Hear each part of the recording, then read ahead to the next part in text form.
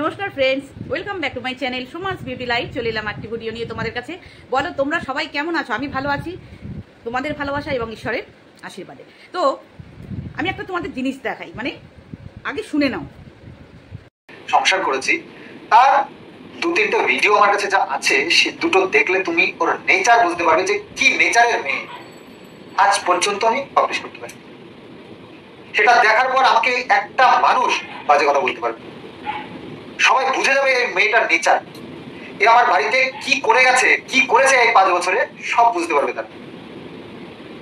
কিন্তু আমি দিতে পারি, আমার কাছে এখনো গচ্ছিত আছে ভিডিও। তো ভদ্রলোক ছোট লোক এগুলো কিন্তু গায়ে লেখা থাকে না, কপালে লেখা থাকে, তার নেচারে পরিচয় পায়। আমি আজ 5 বছর যার সাথে সংসার করেছি, তার দু তিনটে ভিডিও আমার কাছে যা আছে সে দুটো দেখলে তুমি ওর নেচার বুঝতে পারবে যে কি নেচারের মেয়ে। আজ পর্যন্ত আমি পাবলিশ করতে পারি, সেটা দেখার পর আমাকে একটা মানুষ বাজে কথা বলতে পারবে, সবাই বুঝে যাবে এই মেয়েটার নেচার। এ আমার বাড়িতে কি করে গেছে, কি করেছে এই 5 বছরে, সব বুঝতে পারবে তার।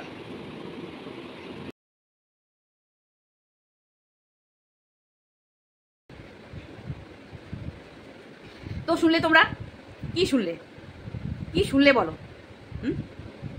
একজন হাজবেন্ড তার ওয়াইফ 5 বছর ঘর করার পর তার কাছে এমন কোনো ভিডিও আছে সে সেটা এখনো পাবলিশ করেনি।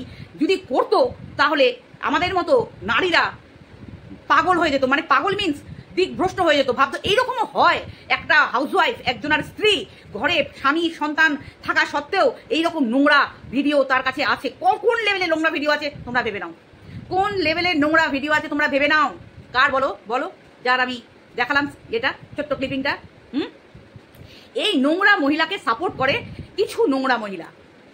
অবভিয়াসলি তার সেই মহিলা যেই নোংরামি করছে তার সাথে তাদের মিল পায়, তাদের চরিত্রের মিল পায়, সেই জন্যই তাকে সাপোর্ট করতে যায়, তাই না?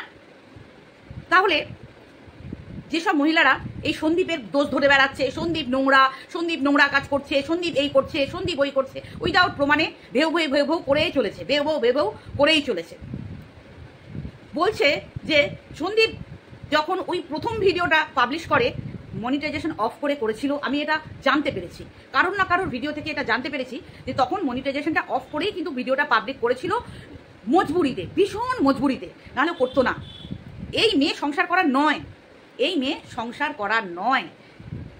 এত নোংরামি দেখার পরেও টেনে গেছিল ছেলেটা, এতটা নোংরামি দেখার পরেও ছেলেটা সংসারে মুখ না খুলে ওকে প্রোটেকশন দিয়ে 5টা বছর এই নোংরামির ভিডিও হয়তো 4 বছরের মাথায় সন্দীপ দেখেছে, বাট তখনও পাবলিশ করেনি, কাউকে কিছু জানায়নি। ও তো ব্লগার, ও নিজের ব্লগটাকে অন্যরকম ক্রিয়েটিভিটি দিয়ে একটু ভিউজ আর্নিং করার, যেহেতু ওর সোর্স অফ ইনকাম এইটাই, সেহেতু ও নানা রকম ভাবে প্ল্যান কষে যে এরকম করলে হয়তো আমাদের ভিউজটা একটু বেশি হবে, সেটা করতে চেয়েছিল, বাট এটা করতে চাইনি। যদি চাইতো যে বইয়ের নোংরামিটা বেচে ও ইনকাম করবে, তাহলে এই ভিডিওগুলো যখন থেকে ওর কাছে এসছে, যেগুলো এখনো ওর কাছে গুপ্ত অবস্থায় রাখা আছে, সিকিওর ভাবে রাখা আছে, এখনো দেখায়নি, প্রয়োজনে ঠিক জায়গা মতো ও দেখাবে, এটা তো 100% শিওর। কিন্তু এই ছেলেটাকে মেলাইন করার জন্যে কি, সন্দীপও নোংরা ছেলে, সন্দীপও পরকিয়া করে বা অন্য মেয়ে ছেলে বা অন্য মহিলাদের নিয়ে নোংরামি করে, এইরকম একটা ওর মধ্যে ছড়িয়ে দেওয়ার চেষ্টা করছে, যাতে করে কোনো কোথাও গিয়ে যে এটাই বলতে পারে যে না, এবার ছেলে মায়ের কাছে যেতে পারে, মাও নোংরা বাবাও নোংরা। সেই যে ভস্যে ঘি, এই লোভে, এই ওদের পরিকল্পনাতে যে ভস্যে ঘি ঢালবে, এটা হয়তো ওরা বুঝতে পারছে না।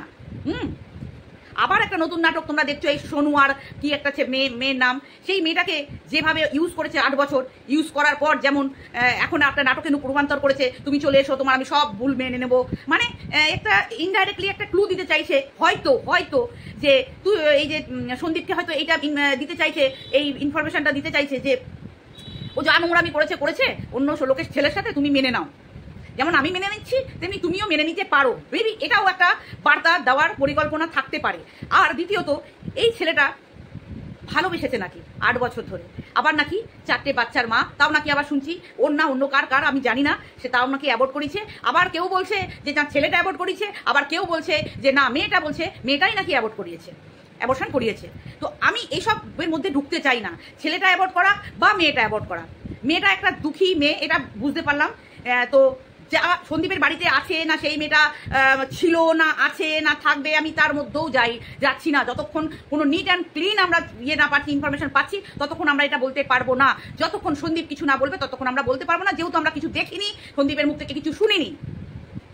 সন্দীপের আজকে যে ভিডিওটাতে জানলাম সেটা হলো, ও বলতে চাইছে মেয়েটা যেই হোক না কেন একটা দুঃখাত কাহিনী, ওর জীবনে একটা দুঃখ, মানে 8 বছর ওকে জাস্ট মানে নির্যাতন বলতে পারো, হ্যাঁ মেন্টালি টর্চার করেছে, শারীরিক টর্চার করেছে, করে তার জ্বালায় হয়তো এখন মেয়েটা আদৌ এখনো ঠিক আছে কি, সুস্থ আছে না আছে কি নেই, সেটারও একটা বিষয়। তো যাই হোক, আমি এর মধ্যে যাচ্ছি না। আমি শুধু এটাই বলবো যে যেখানেই মেয়েটা থাকুক, নিজের জীবনটা নিজের কাছে অনেক মূল্যবান, নিজেকে লড়তে হবে। এখনো সেই মেয়েটা কোনো ইয়ে করেনি, আমার কাছে যদিও কোনো পিক আসেনি, ওরকম মেয়েটার কোনো নোংরা পিক আমার কাছে এসে পৌঁছায়নি। আমি শুনেছি ওয়াইটিতে ছড়িয়ে গেছে, সবার কাছে এরকম ছড়িয়ে গেছে।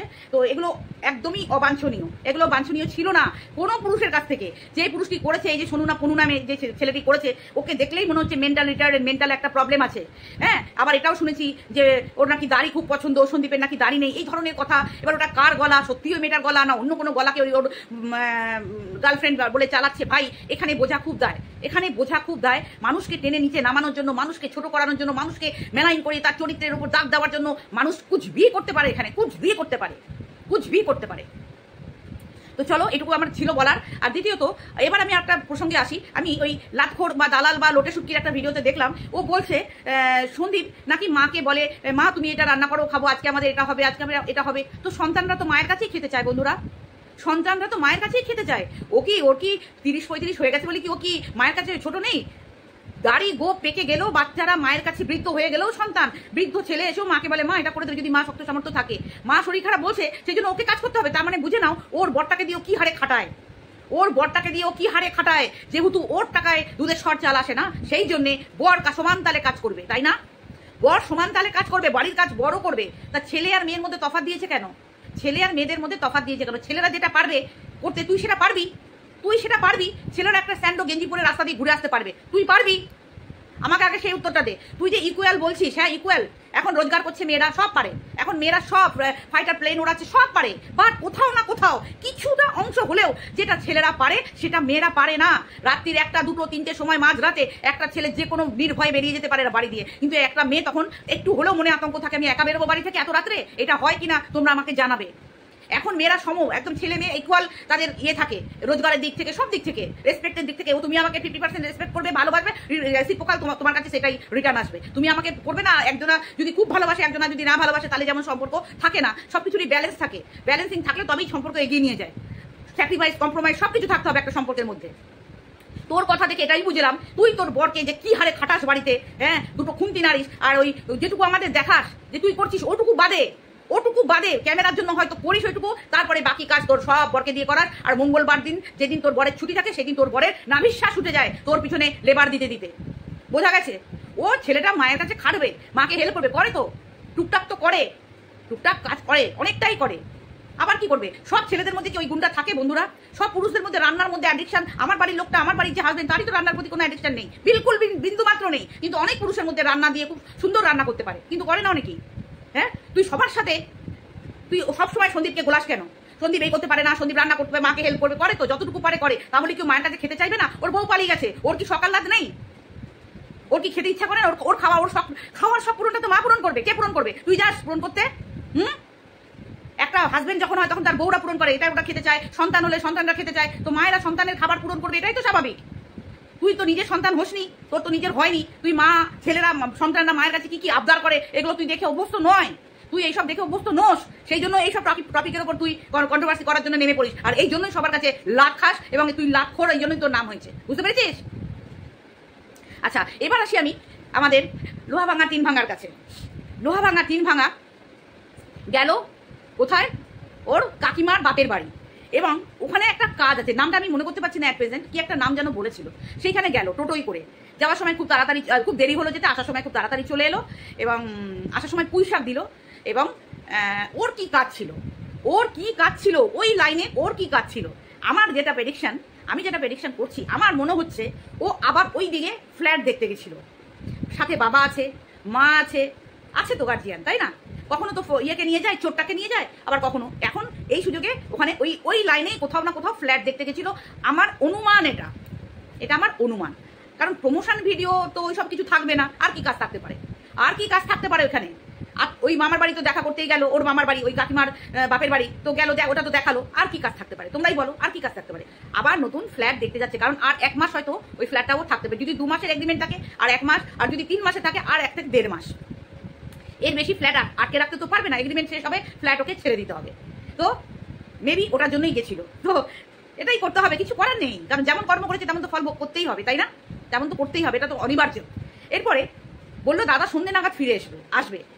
আমার মনে হলো এই যে ক্লিপিংটা দেখালো না, পুঁই শাকটা কেটে ঝুড়িতে রাখা, তো ও কি অত রাত্রে ফিরে এসেই ওরা পুঁই শাক কাটতে শুরু করে দিয়েছে?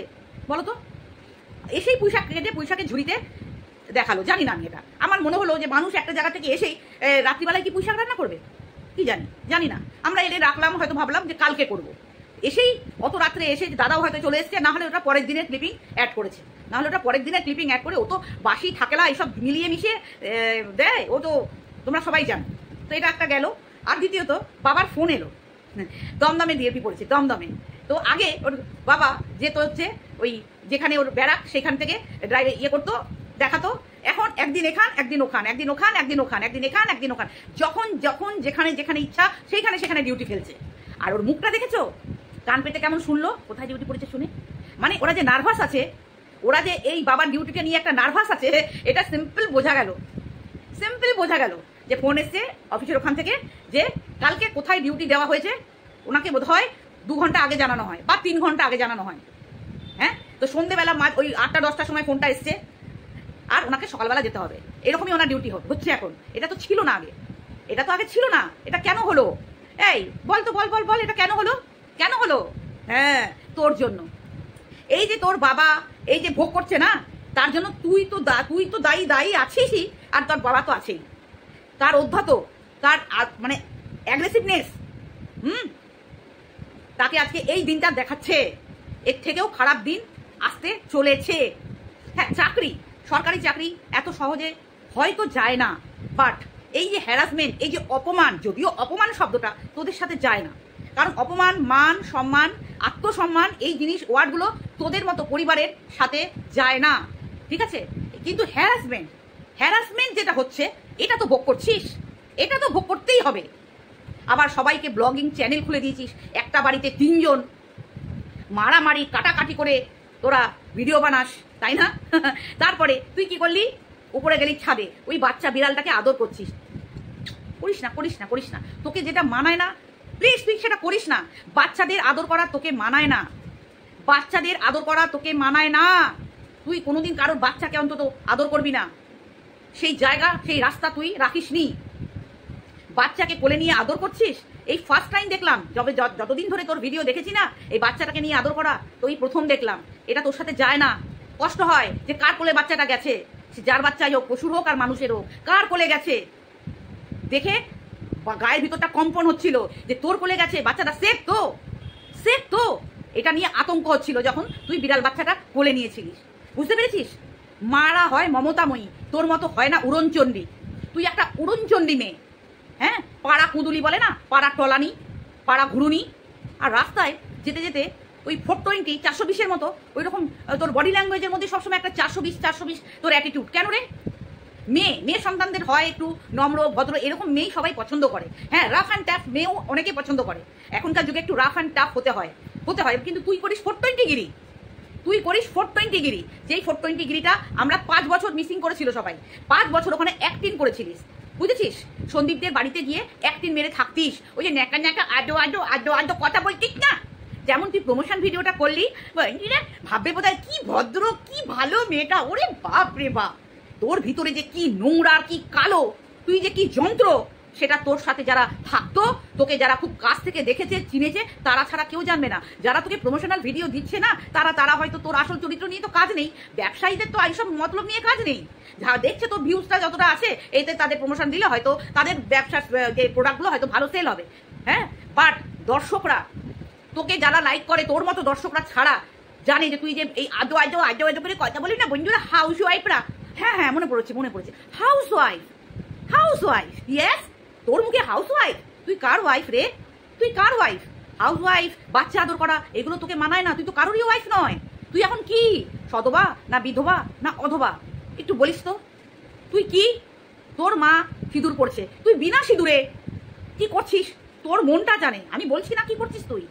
আমরা একটা অনুমান করছি, কিছুটা দেখেছি, কিছুটা জেনেছি, কিছুটা আমরা খোঁজ চালানো হচ্ছে।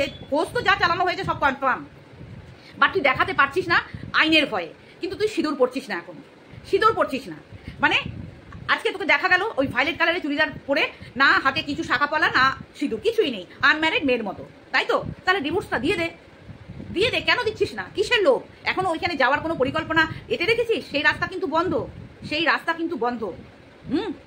যখন সময় ছিল তখন সন্দীপ ডেকেছিল, বাট এত হ্যান্ড হওয়ার পর যখন সেকেন্ড হ্যান্ড হয়ে গেছিস তুই, সেকেন্ড হ্যান্ড জিনিস সন্দীপ আর গ্রহণ করবে না।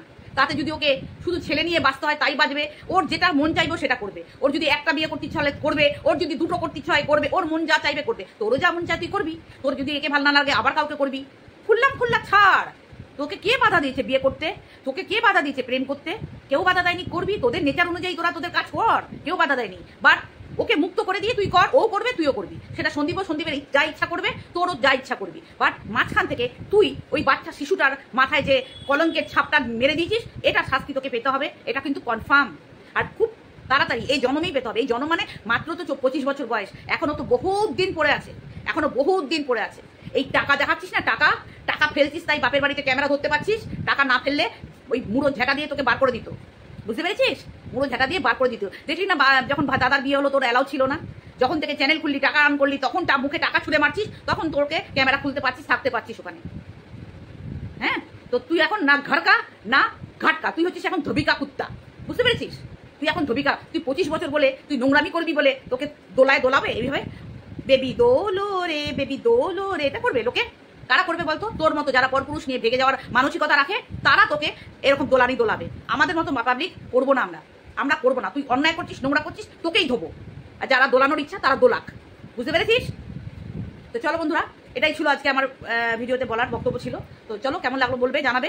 যদি ভালো লাগে কমেন্ট করবে, সাপোর্ট করবে, ভালো লাগবে। চলো টাটা, বাই।